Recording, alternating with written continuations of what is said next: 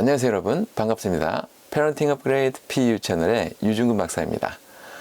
여러분 오랜만에 이렇게 영상으로 인사드립니다.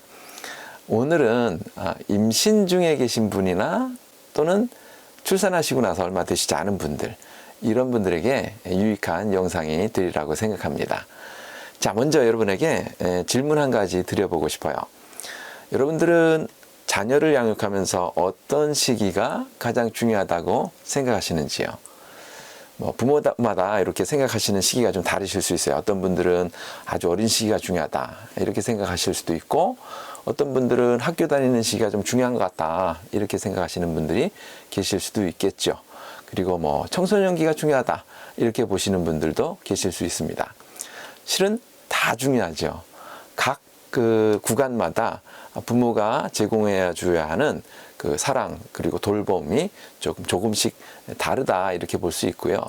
자녀가 각 구간마다 부모가 조금씩 다르게 제공하는 그런 사랑과 돌봄을 받으면서 건강하게 이렇게 성장한다 이렇게 우리가 생각해 볼 수가 있겠습니다.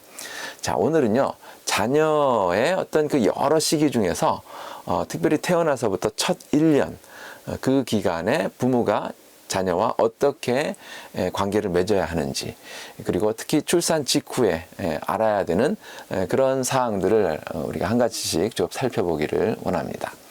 자, 먼저 여러분께 소개해 드리고 싶은 분이 한 분 계세요. 사람이 태어나면서부터 죽을 때까지 각각의 그 발달 구간에서 나타나는 다양한 특징들을 연구하신 분이십니다. 바로 에릭 에릭슨이라는 분인데요. 이분은 인생에 있어서 가장 중요한 시기를 태어나면서부터 1년이다 이렇게 강조했습니다. 자, 인생 전체 구간을 살펴보니 이 인생 전체 방향을 잡아가는 데 있어서 중요한 시기가 바로 첫 1년이더라 라고 이렇게 보았기 때문입니다. 자, 그러면 구체적으로 출산 후 첫 1년이 왜 중요한지, 그리고 부모가 이 시기에 알아야 할 사항은 좀 뭐가 있는지 한번 살펴보도록 하겠습니다.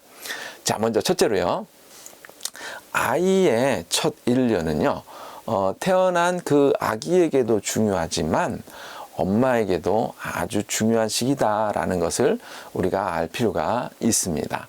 자, 뭐냐면 아기와 엄마 모두에게서 이 첫 1년이 중요하다라는 것이죠. 자, 아기는 첫 1년 그 기간 동안에 처음 접하는 그 세상에 대해서 몸에 익히는 기간이기 때문에 중요하고요. 엄마는 아기를 낳고 몸을 회복하는 기간이 바로 첫 1년이기 때문에 중요하다 이렇게 말씀드릴 수가 있겠습니다. 자, 그런데 사실 안타깝게도 출산 후 이 첫 1년은 엄마에게 있어서는 엄마 자신을 돌보면서 동시에 또 아기도 돌봐야 하는 그런 아주 힘든 시기가 바로 이 첫 1년이다 이렇게 우리가 말할 수 있겠죠. 자, 그렇기 때문에 이 시기는 사실 배우자의 도움이 좀 선택이 아닌 필수라고 이렇게 말할 수 있겠습니다.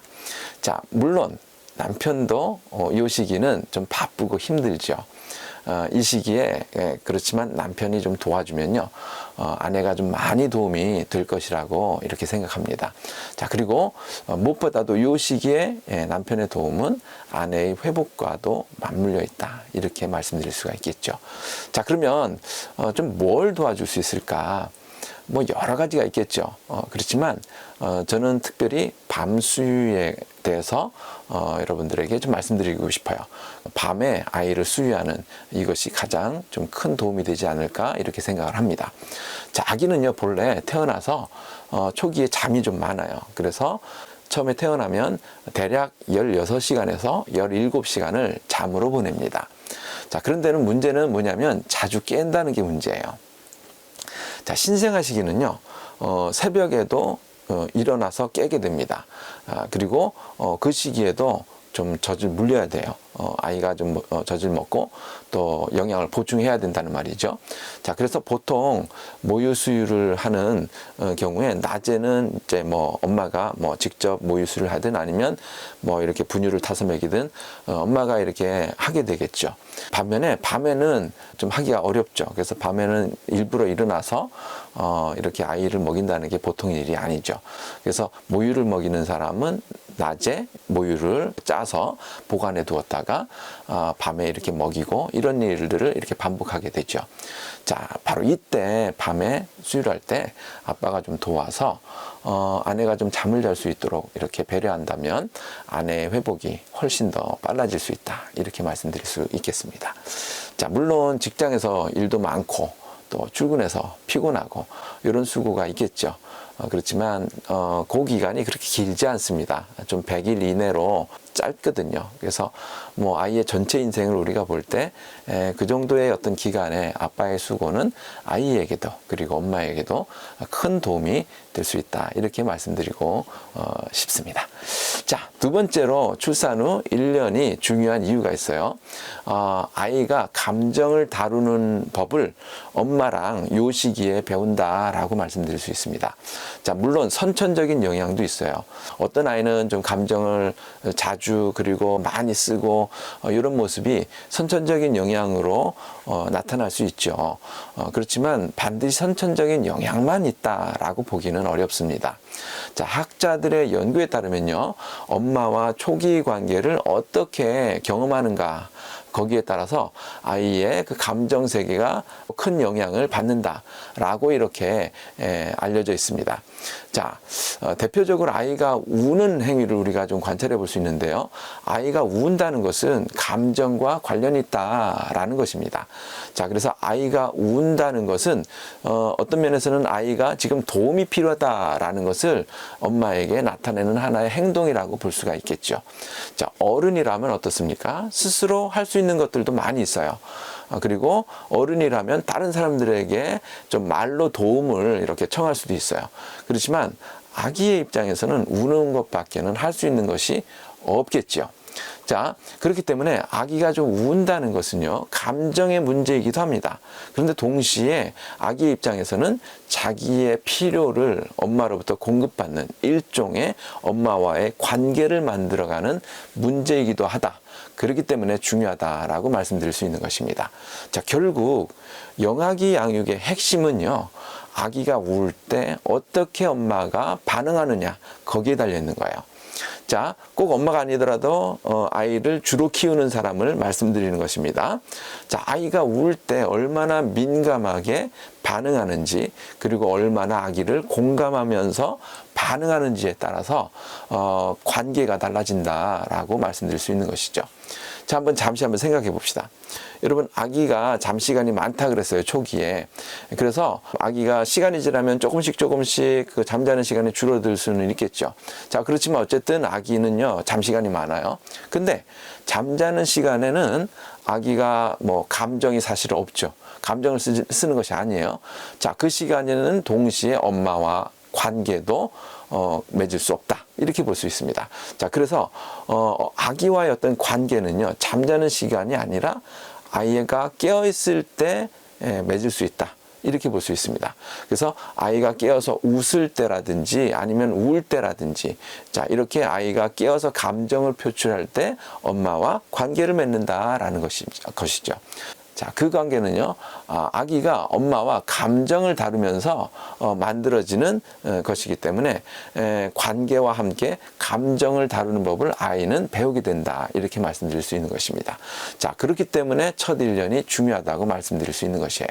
아기가 웃을 때도 중요해요. 그렇지만 아기가 울 때 관계를 잘 만드는 것이 중요하다. 이렇게 말씀드릴 수 있습니다.